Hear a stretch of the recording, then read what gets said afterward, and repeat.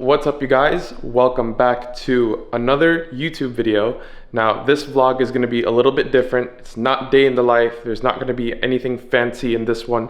This one is just straight value, guys. Today, I'm going to be talking about life lessons I've learned that's led me up to this point. I just recently realized, and I've been thinking about this for a little while now, that this current lifestyle / life that I have right now was once something that I used to aspire for. Like, this was once my dream. You know, when I first moved here to Miami, I didn't have much of a plan.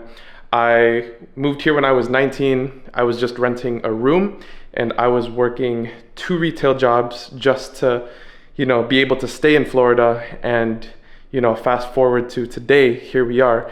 We are living here in a high-rise on the 40th floor, somewhere here in the city.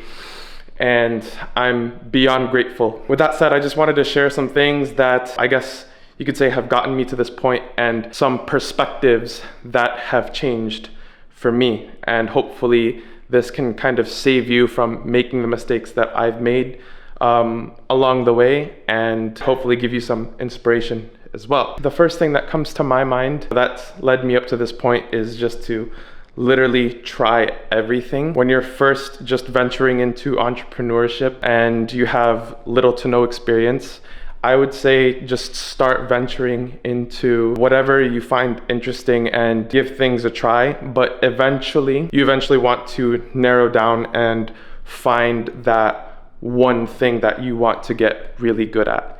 And even though I am in a lot better of a position than I was before, I am still trying to find that one thing. I am still trying to discover what that is. That one thing can change along the way over time as well. Never would have I thought that I would be running a content agency, filming, editing videos. Never thought that that would be. I was always interested in cryptocurrency. Like, my first ever YouTube video was about crypto. So things can change over time, but yeah, when you're first starting off, try as many things as possible, but eventually find the one thing that you could narrow down and specialize in. The second piece of advice that I'd like to give you guys is something that I've always stuck to as much as possible, which is to keep my consumption as little as possible. And I know that sounds very contrary coming from someone who creates content for other people to watch, but that's exactly why I feel like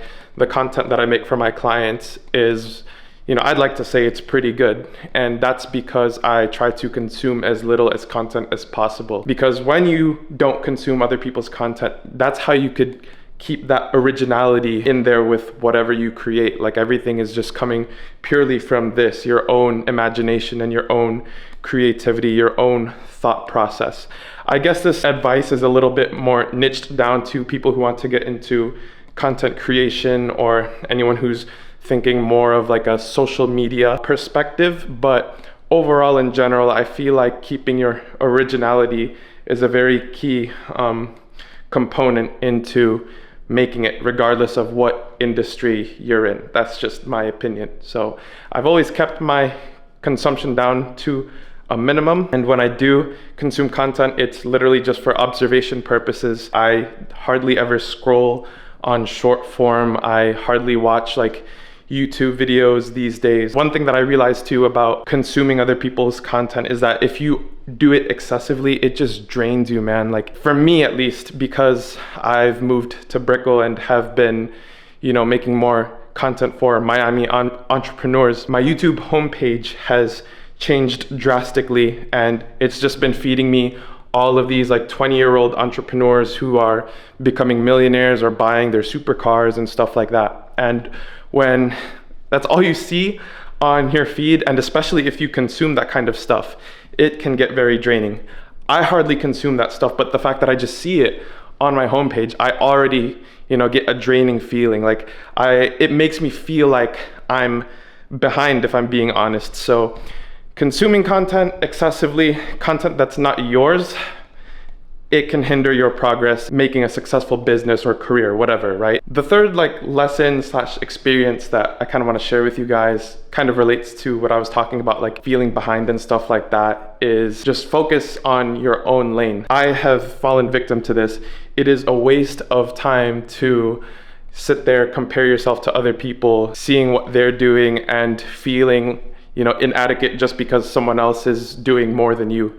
Like, it's good to look at other people as inspiration, and it's good to look at other people for a perspective of case study. So seeing what they're doing and seeing how you can do the same as well, versus just like watching what other people are doing and just measuring if you're doing better than them or if they're doing better than you. That's where it gets like really unhealthy. I have fallen victim to this, guys, especially here, like in Miami, in freaking Brickell. Like, when I first moved here, I thought I was doing good. And that's the thing that I'm trying to share with you guys. Like, I still need to remind myself that I am still doing decently okay. But my perspective was, I thought I was doing good. And then, I'm here somewhere on the 40th floor. Come to find out, I meet someone here in Brickell, they're living on the freaking 80th. And, for some reason that made me feel like I was behind, or, that I wasn't doing enough, right? Like when you wear a $10,000 watch and then all of a sudden you see someone pull up with an $80,000 watch, all of a sudden you're behind. Like, no, you're not. You know what I mean? So comparison is the thief of joy. That's really the root message that I'm trying to get at. So stay focused on your own lane, on your own journey. Use other creators, entrepreneurs, people that are a few steps ahead of you as inspiration and case study, and leave it at that. The fourth life lesson that I've learned, well, actually I'm learning it right now, and it's an experience that I'm going through right now, is that you're going to have setbacks. I mean, I've always had setbacks, but now I'm really realizing it now, that no matter what position of life that you're in, like now that I'm not working a 9-to-5 and I'm an actual entrepreneur, I actually have a business, I thought it would be, smoothing up from here. I, have learned that it is not. Like, no matter how much you climb in life, you're always going to have setbacks. So don't go in and anticipate that life is just gonna get smoother and smoother and smoother. It doesn't. It gets more difficult over time. Don't hope for things to be easier. Hope to get stronger and better at whatever it is that you're going through or whatever it is that you're trying to solve. I'll give you a quick little story, guys. Earlier this year, revenue for the business was doing really good. March, April, May, we hit well over 5 figures consecutively. And then June, business, like revenue, just dropped because everyone left Miami. At least all my clients, they left Miami. They're in Europe and stuff. They're traveling, and just even some of my clients who are still here in Miami, their need for content all of a sudden like slowed down. So that meant my business took a hit. The thing that I learned in this situation is that I unfortunately dealt with like the consequences of lifestyle and inflation. I was spending on a monthly basis, my expenses are really high. Like, even my mandatory expenses are high enough, but even like just normal stuff, like I would be going out to eat all the time. I'd be buying new clothes, new this, new that. I bought another Rolex, which, I recently just sold. That's why I want to share this lesson as well. I actually recently sold my green Starbucks sub, the one that I bought from TPT like a month and a half ago. I sold it because, one, of that revenue hit that I took, and two, it made me realize, I don't want to play the keep up with the Joneses anymore.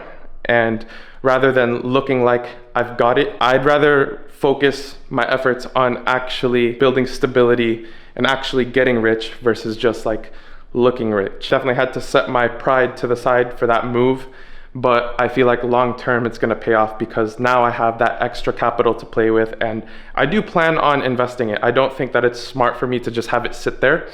So what am I gonna invest it into? I'm not exactly sure yet, but I definitely think that you have to keep the money flowing. So I'm eventually gonna invest it. Maybe crypto. I do wanna get back into crypto since markets are sideways right now. Let me know, guys, if you think I should. So either crypto or probably more camera equipment. But you know, I already have a really nice camera setup too. Maybe invest into some coaching, business coaching, I don't know, something like that. But I just want to keep the money moving, put it into something that will give me some sort of ROI. That's the lesson in that, guys. That was kind of a bundled lesson. The fifth and final lesson slash experience that I want to share with you guys is also kind of related to what I was just previously talking about, which is like, don't fall for what you guys see online. Like all these like extravagant titles that you guys are seeing on YouTube. I've seen it myself. I've used it myself on my own YouTube videos. Like, you know, like those typical titles that you guys see on YouTube where it's just like, oh, day in the life of a 20-year-old making 50K per month. Most likely a person who made a title like that only made 50K that month specifically. It's not like it's 100% consistent. I am just sharing this with you guys because I have contributed to this. Just like the past few weeks, I realized like I just want to pivot away from, you know, like this like flexing stuff. And if I am going to be making vlogs that have a little bit of flexing, I at least want it to be in a way where I can inspire you guys or give some type of value rather than just kind of like flex on you guys. Not everything is exactly what it seems like. A lot of these people will rent cars just for content. A lot of this stuff is rented from what I've been seeing, from what I've been learning, and I've seen it with my own eyes, especially here in Miami. There's a lot of people who make a lot of money real fast and then they get washed up, you know, just as quick too. Don't believe 100% everything that you're seeing online. Like I said, it's cool to take inspiration and stuff, but don't think like that's 100% accuracy and that it's a fair comparison to what you're currently doing. Those are the things that have been on my mind lately.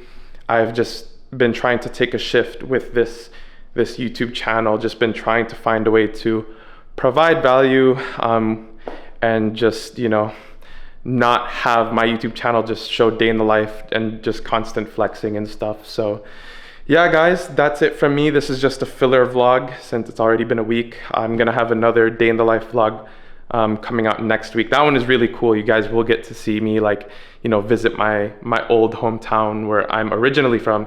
You guys get to see how I used to live before all of this. So until then, guys, like and subscribe if you guys want to see more content like this.